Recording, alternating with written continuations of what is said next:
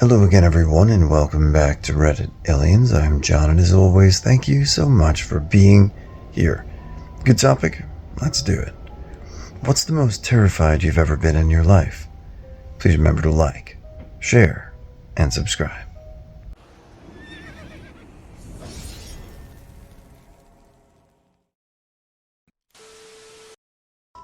There was a shooting at my high school when I was in 11th grade.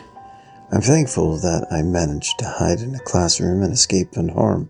Still, hiding and listening to screams and gunshots in the distance and not knowing who was hurt or if they'll find you next is terrifying. For several years, I looked for hiding spots everywhere I went. A tornado struck our manufactured home in northeast Arkansas just 22 hours ago.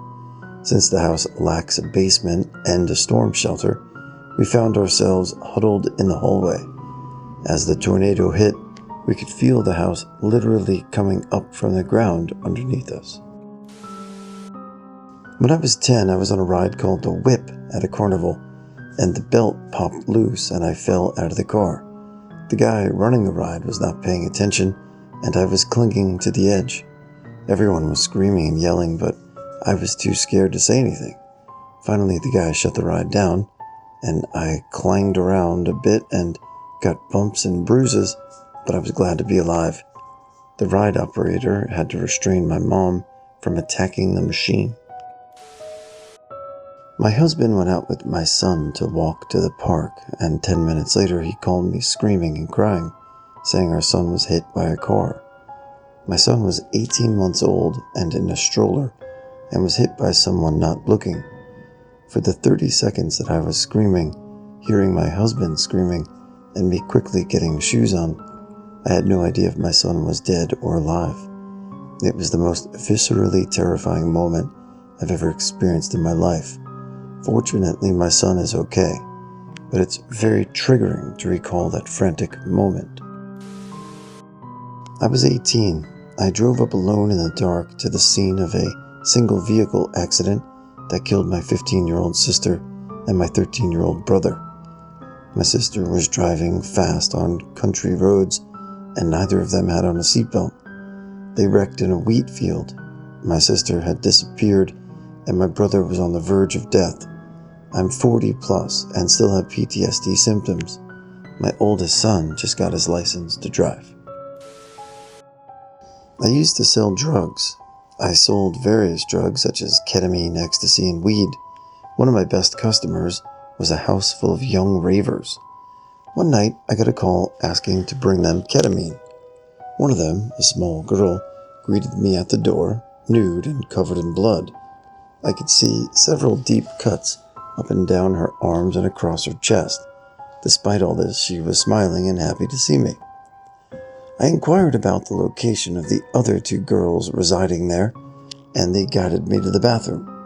The other two were in the empty bathtub, slicing into each other's arms and legs with broken shaving razors. As they sliced into each other's arms and legs with the broken shaving razor, they made sounds akin to sexual intercourse. There was blood everywhere. The blood covered the ceilings, the walls, and even the dog itself. I was able to get the razors away from them and alerted the one other roommate in the house. He helped me wash the girls off and called up a coke dealer friend with EMT training. He showed up with basic supplies. I learned to sew skin together that night. Later, after they sobered up a bit, we found out they had spent a week binging on LSD and a mix of prescriptions. They never really explained how they got to cutting each other. I quit selling drugs a few days later. The night my mom went missing, no one believed me that something was wrong since she lived far away from all of us. But she would always respond within a few minutes if you texted her, always. And I couldn't get in touch with her for hours. I spent 12 hours terrified that something horrible had happened to my mom. I was correct. The next morning they found her dead. For weeks after that, I'd have a panic attack if anyone took more than 30 seconds to respond to a text message. crashing upside down into floodwaters and being swept under a bridge. The driver's side door was unable to be opened. Wife's side door was our escape route. Scary time. The water was flowing with great force. She didn't know how to swim, but we made it out to call her parents to come get us. The people beside the floodwaters were very helpful in getting us help. My younger sister had the stomach bug and was absolutely horrified of throwing up. In summary, when I arrived home, my younger sister was on the couch screaming, "Mom, help me, I can't breathe." I sat next to her and she was completely stiff, like she couldn't move her hands. So I'm panicking at this point. She's yelling at me to help her, saying she can't move or breathe. We called the ambulance. Apparently, she had such a severe panic attack over throwing up that she couldn't get enough oxygen to her brain. The more you know, I guess. In high school, a person with whom I was friends would actually boast to others that he could drive like the characters in Fast and Furious. I never took him seriously, but one day, when we were riding down a back road with two other guys, he was literally flying. He was traveling at an impressive speed of 70 miles per hour on the winding road. He hit a patch of gravel on a driveway at a turn and went sideways. I was in the front passenger seat and just knew we were about to roll right onto my window. We slid for what felt like forever, and the only thing that kept us from rolling was the fact that we slid down a straight stretch of road.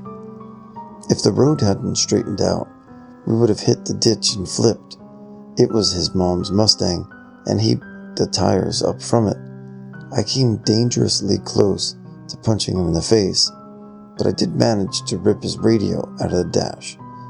When his drag race song came on, he felt the need to put our lives at risk.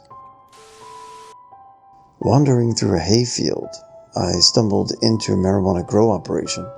At the age of 16, we found ourselves at gunpoint facing a group of irate outlaw bikers. I don't know whether I was about to shit my pants or the guy I was actually did, but the dude must have felt something because he lowered his rifle and said, "You boys better beat feet." My speed exceeded that of Forrest Gump. When delivering my daughter, the doctor had to cut her umbilical cord while she was well inside me because it was wrapped around her neck. Then he informed me that I needed to act quickly. It still took me over 4 minutes to get her out after he broke her collarbones. She was black from the lack of oxygen, and they ran out of the delivery room with her. She was still partially black the next day. When I was 15, I was walking home alone on the phone with my mom. It was about midnight with nobody around when a truck pulled up beside me. A man got out and started quickly walking up behind me, but when I turned my head to look at him, he saw I was on the phone. He ran back to his vehicle and drove away. As he passed me, I noticed that he had a mattress in the bed of his truck, which frightened me. As a kid, I woke up in the middle of a bad storm and looked out the window. I saw a glowing alien peeking back at me from behind a tree in the back of the yard. I ran to my parents' room to wake them up. I was almost hyperventilating. When they both said they'd go look, I didn't want them to even leave me because I thought they'd die. My dad went to check it out and took a long time to come back, which made me almost inconsolable. My mom was now scared because of how scared I was. Eventually, he came back laughing. I had horrible eyesight, so what I really saw through the blurry, torrential rain was a human man, glowing. He was a lineman, dressed in a yellow high-vis suit, diligently repairing the power pole and down lines caused by the storm. The way his partner was shining a bright light to see what they were doing, coupled with the way he was standing by a tree and working, made it look like something was peeking out from hiding. I had also just watched Scooby-Doo Cyber Chase. Just Google that and imagine a yellow version of that villain, which is what I thought was out there. In 2023, after the Allen Outlet Mall shooting, teenagers in the mall I worked at, were 7 miles from the outlets, decided to yell guns, causing everyone to panic and run screaming. I was working, and I could usually hear screams of joy or laughter from kids in the mall, but the difference between happy screams and scared screams is something I will never forget. I also will never forget the look I gave my coworker. We were certain that we needed to resolve the situation. I had to hide 20-some customers in what was essentially a broom closet. We thought we were going to die. This was 4 hours after 8 people lost their lives 7 miles away from us. There were reports of multiple shooters, so we discussed how one could enter our mall. We ran through the back corridors and out of the mall, leaving everything behind. We had no cell phone or car keys. We jumped into some random guy's pickup truck and told him to drive. I'm still in therapy for it to this day. The notion that teenagers believed it would be acceptable to act in such a manner just 4 hours after the Allen shooting erodes my faith in humanity. My brother and I got stuck on a malfunctioning carnival roller coaster ride.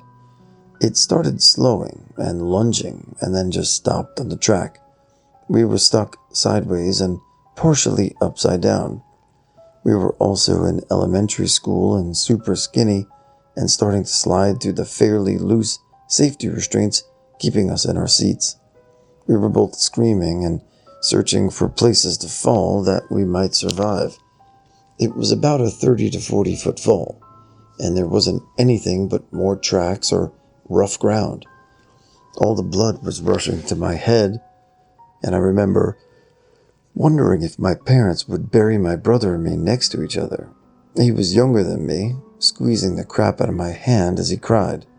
I will never forget the genuine look of fear on his face, and I'm sure I had the same expression. After what seemed like an eternity, they were able to somehow briefly start or unlock whatever was holding us in place and move the cars to a spot on the track so we were no longer hanging upside down, and we were guided to an emergency exit. I heard someone faint in one of the seats behind us, but I didn't turn around to investigate, never moved faster in my life to get my feet on solid ground. This was in the early 90s at a state fair. Occasionally it comes up, but my brother and I have never really talked about it. We survived it, and that was enough.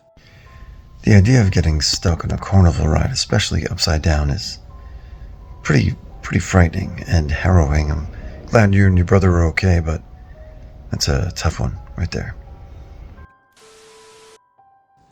Guy 1 and Guy 2 were arguing outside my apartment when I was 16ish.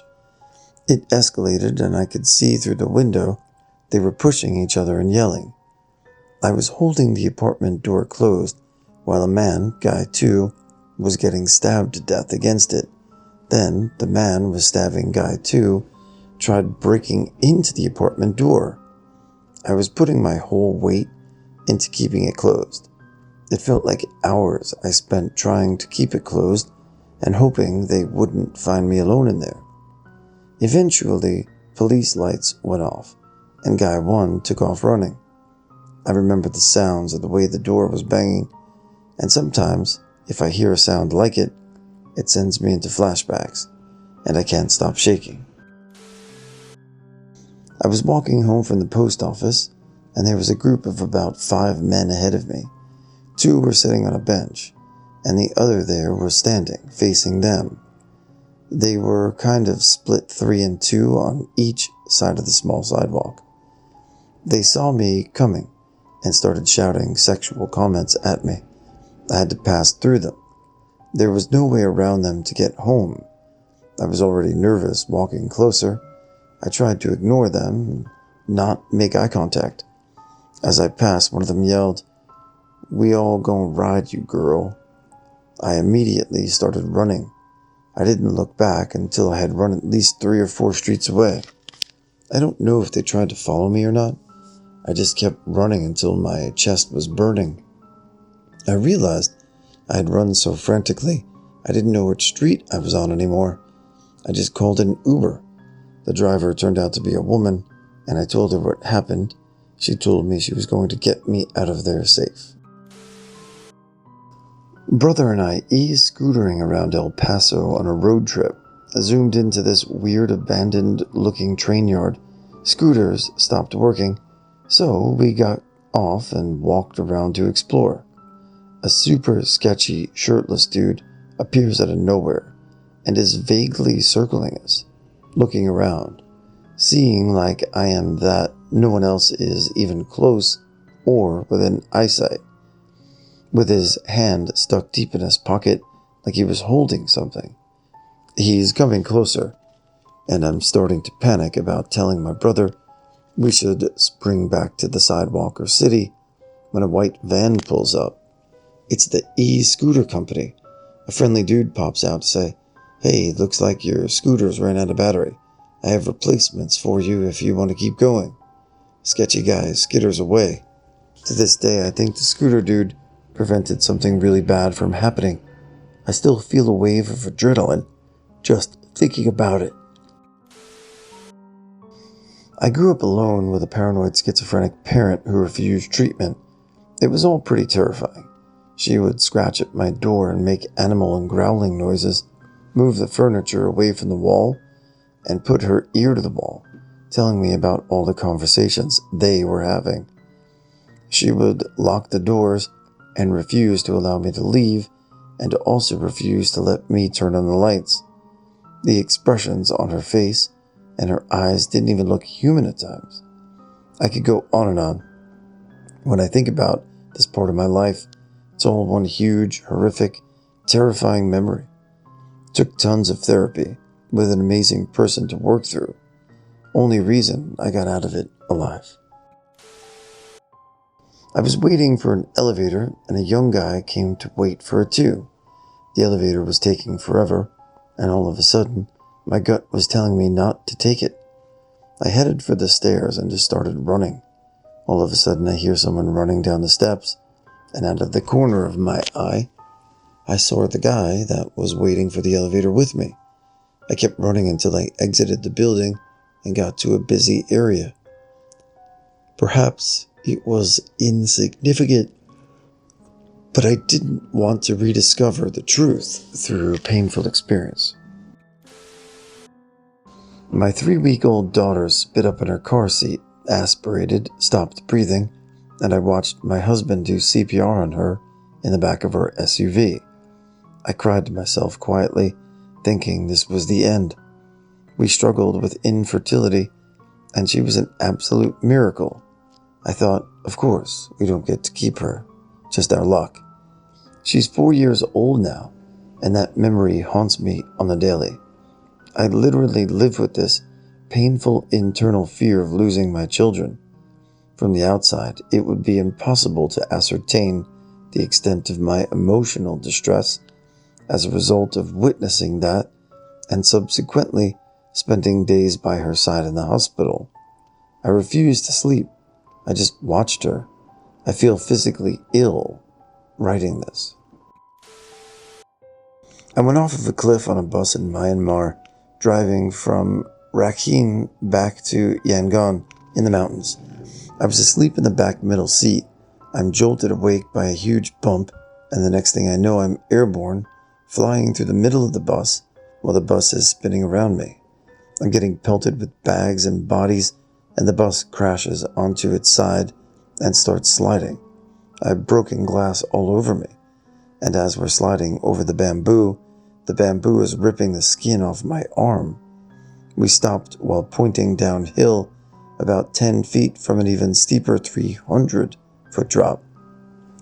We couldn't escape from the bus, and we thought we were completely isolated. Our phones didn't have service. Some locals managed to pull us out after about 20 minutes, but the glass severely injured me. I was very, very glad to have butterfly bandages that day. Once we got to the top, we were all bloodied and bruised, most of us missing our shoes, bags, and passports. A mostly empty coach bus with a family picked us all up and took us back to Yangon. When we hit the border of Rakhine, the military asked us for our passports, which we obviously didn't have. They held us there for a long time until someone pulled up a news article in Burmese that a bunch of foreigners got into a bus accident and the driver ran. The military lined us all up against a wall. We didn't know what was going on. Eventually, they came and started taking selfies with us in them. We got back on the bus, severely shaken. As we were pulling away, they stopped the bus again, came on board, and gave us a big bottle of whiskey. My sister, my best friend, and I were camping over the weekend. We were up the second night just biking around the grounds and decided to walk a path in the woods. We were laughing and having fun in the deep darkness of the woods. It was around 1 a.m. I recall making fun of my best friend for attempting to capture a photograph of a spider web, as they are notoriously difficult to photograph. She pulled up the images to show us she captured the web, and we stood around getting blinded by the photo because it was so dark. And then it turned into scrolling through pics from the day. I got a split-second instinct that someone was looking at you, and I looked up, and there was a man standing in the woods watching us. I could see the light reflecting off his glasses, and that he had a ball cap on. I just sucked in air and said, "There's a man over there." My BFF immediately shined the screen light at him and charged toward him. She's kind of a badass. And she started hollering at him, "What are you doing? Why are you sneaking up on us?" There was no reason for him to be there deep in the woods. He was merely standing off the path, watching silently. We had been there for a while, trying to take a picture of a spider web and scrolling through the day's pics. We got within like 4 feet of him, and he turned and ran off through the woods. We decided we couldn't go back to our campground because we didn't want to show him or end up sitting around being vulnerable. So we biked up to the ranger station, but no one was there that late. Then we just biked around the campground the rest of the night because there were only like 6 other campers in the whole place, and we didn't have a car. When morning came, we were so relieved to finally go tell the ranger, and the ranger said he was planning on kicking him out because we were the second complaint. Our description accurately reflected our situation. We slept on the beach that day. We literally biked for 5 hours. The truck broke down 10 miles from home at 10 p.m. in January. I had to walk in blowing snow at minus 12 degrees Celsius, and for the last half of the trip, I was being paced by a cougar. I could hear it chuffing and yowling, maybe 50 or 60 meters into the brush. The flashlight didn't do any good. It just lit up the flying snow. Staying with the vehicle wasn't an option because there were animals that needed care back at home. The location was extremely rural, predating the widespread use of cell phones. There was only one other house between me and home, and nobody was there. There was no electricity or telephone service available in the distance. I guess when I was 16, I was in the ocean at the Jersey Shore on a sandbar, about ankle deep when the tide started to come in, so I stepped down into waist-deep water, and as I was walking toward the shore, I noticed several sharks, not whites, but possibly sand sharks, stuck in the waist-deep area between the sandbar and the shoreline. I think they were waiting for the tide to come in so they could swim out to a deep sea beyond the sandbar. They were awfully close and getting closer and closer. Despite my fear of a bite, I remained silent, took a step, and then halted. I continued in this manner until I emerged from the water. I prayed with each step. I was unaware at the time that the sound of erratic movement attracts sharks. These things would have eaten me alive if I had panicked or bolted, or started screaming. Fun fact, at the time this was all happening, the adorable lifeguard was entertaining some bikini-clad young ladies fawning over him. I had a cesarean, and immediately upon going home did not feel well. I called my doctor 2 to 3 times a day, telling him I had seepage that was weird looking and smelled bad. I felt feverish but didn't have a fever. I was throwing up. He told me it was just because I was fat, and it was my first cesarean. I went in for a 1-week follow-up appointment. Again, it was all in my head. I'm just fat. I became hysterical, and he sent me across the hall to a doctor in his group, a woman surgeon, who he thought would calm me down because she was a lady. Within 15 minutes of entering her office, she had me completely covered with chucks and a plastic sheet.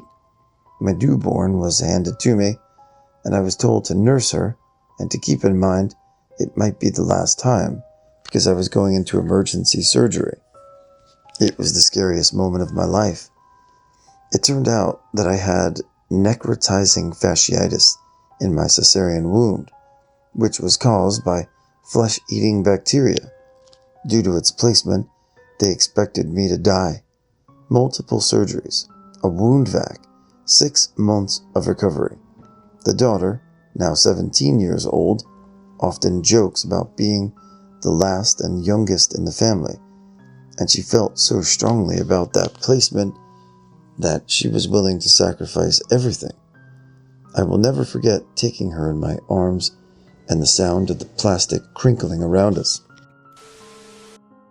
My youngest son turned blue when he was a few months old. He choked due to his acid reflux and was unable to swallow it down. Absolutely horrifying. The doctors finally listened to me and acknowledged that there was a problem. I was furious that it had taken so long to take me seriously. Same son, now 2, decided to play hide and seek from me a couple of months ago. He kept changing spots.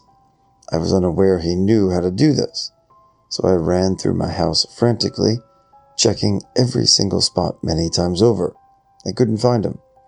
Ended up calling 911, and while I was on the phone giving details, I kind of crumpled to the floor, trying to push out my info without crying, and I heard him. He was hidden under my goddamn bed. I'd checked there 3 times already. He had his hands covering his mouth and broke out into this huge smile. He was so proud of himself. I told the dispatcher, and he sounded more annoyed than anything. I cannot describe how terrified I was, and that had somehow gotten out of my house, even though I was near my door when he went to hide. And there are 2 child locks on it. I don't know. The mind goes wild when you can't find your baby. He'll be the reason for my gray hairs.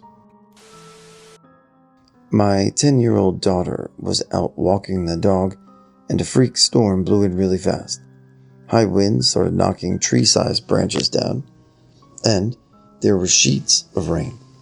My daughter didn't have a phone on her, and we didn't know which route she took, so we had to split up and try to find her. We kept coming back home to see if she'd shown up. The neighbors were looking too. I couldn't drive past massive branches lying in the streets and have to check if there was a little girl under them. She came home about 10 minutes later, but it felt like an eternity. I never felt so helpless and terrified. Everything was out of my control. She and the dog were thankfully completely fine, just shaken up. When my girlfriend was having a drinking problem, I drove to her house to stop her from drinking one night. I drove 40 minutes to her house and took her for a ride to get her away from the alcohol at home. She began asking for alcohol while on the drive and demanding it and nagging for it. I kept telling her no, that she needed to stop. It got dark while driving, and when I made a left turn, she opened the door and rolled out. I stopped the car, and as I got out of the car, I could see her sitting up on the street, and a pickup truck drove past her. I thought I was going to see the impact of the truck hitting her. My stomach dropped, and I felt cold all over. She's 400 days sober, or so. I've had a lot of things happen to me over the past 60 years. A lot. I've been AR'd 3 times, SA'd, almost died more than once, and seen things no one should. But in 2020, I was certain and catatonic for 6 weeks, and one night after I came out of it, I was assaulted by 4 or 5 of the aides. I was sound asleep, and my arms were held over my head, my legs ripped wide open. One female CNA was telling them what to do. Watch her vagina. Scrub it. Scrub. It was ice cold. They were talking about me as if I didn't exist. I kept saying, "Stop. I'm awake. Don't do this. I'm awake. Let me go. I can wash myself." I looked up at the boy holding my arms, and he wouldn't look down at me. I told him he didn't have to do it. The female said, "Scream all you want. Nobody's coming, princess." It went on and on and on. Yes, this counts as assault. I reported it. No, nothing happened. Yes, I tried to sue.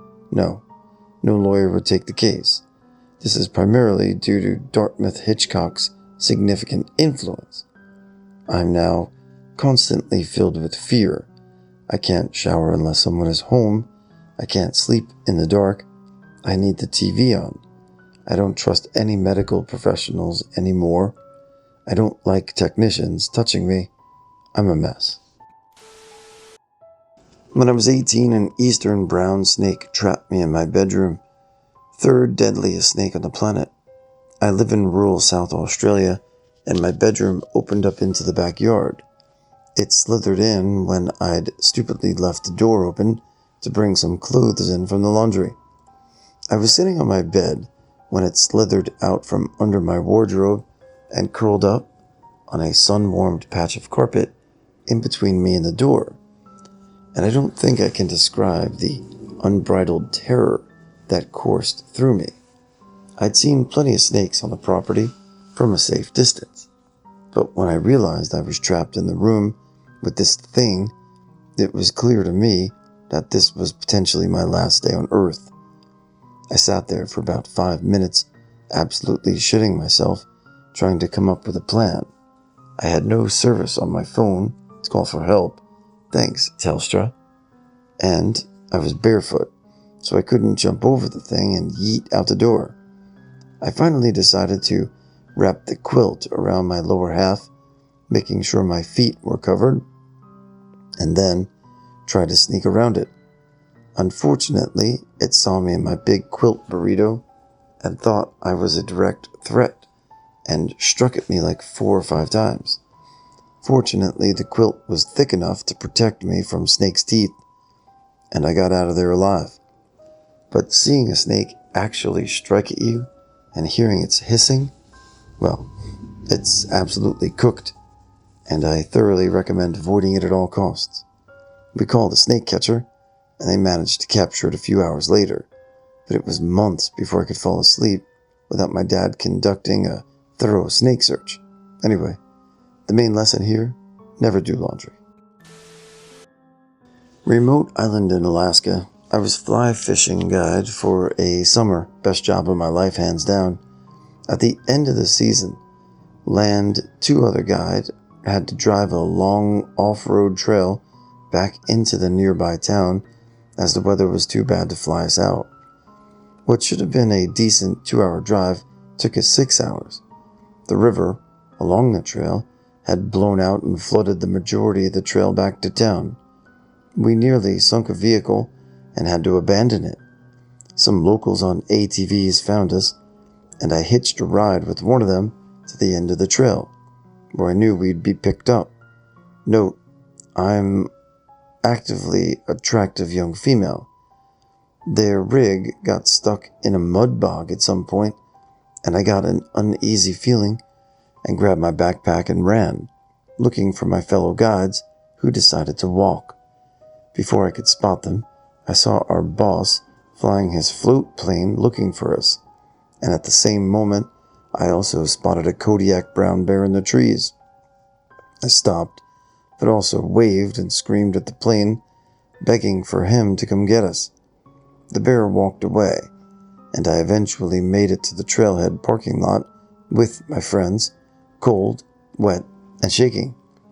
There isn't much that has ever scared me until that moment, and I've had some pretty crazy adventures in my life. Undoubtedly, we all ended up intoxicated afterwards, but that day continues to linger vividly in my memory. During what appeared to be a normal pregnancy, I delivered at 28 weeks, 2 days, because of an abruption. They took him away, and someone came by and said they'd come to get us at 8 a.m. so we could see him. 8 a.m. rolls around, and my sassy nurse came in to check on me. I asked why no one was coming to get us, and when she gave me another sassy reply, I knew something had gone wrong.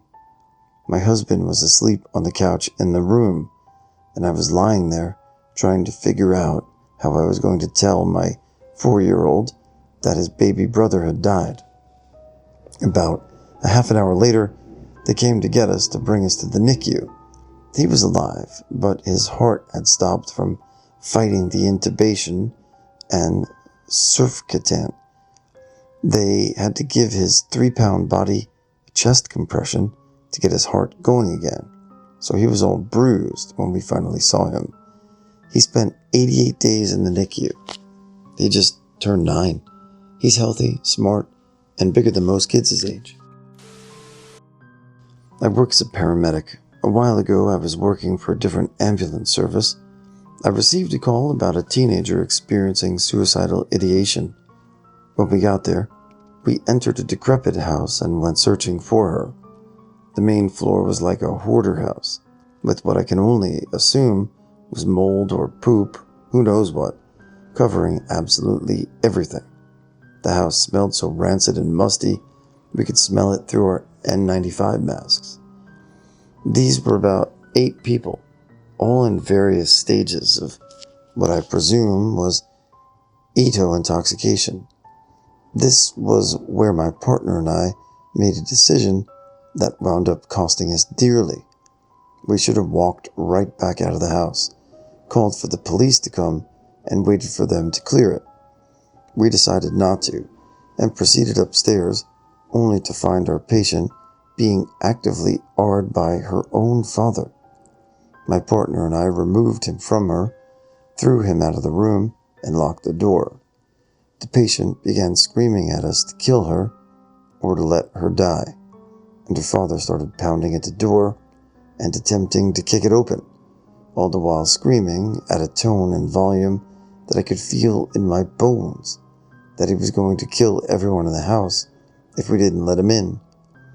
My partner braced the door with a dresser, and I called for backup, and for the first and only time, activated our emergency distress signal, which cuts all radio traffic off and lets the police hear what's going on without us having to touch the radio. Police arrived and ended up using a taser on the father while we got out with our initial patient. As a result, I received a CPTSD diagnosis and transitioned from twice weekly intense therapy to twice monthly sessions. I still have a long journey ahead, but I'm now back working and feel all the more strong from this. I'm glad I was with my partner and that we were able to contribute to getting her removed from the house. But me, I never want to experience something like that again.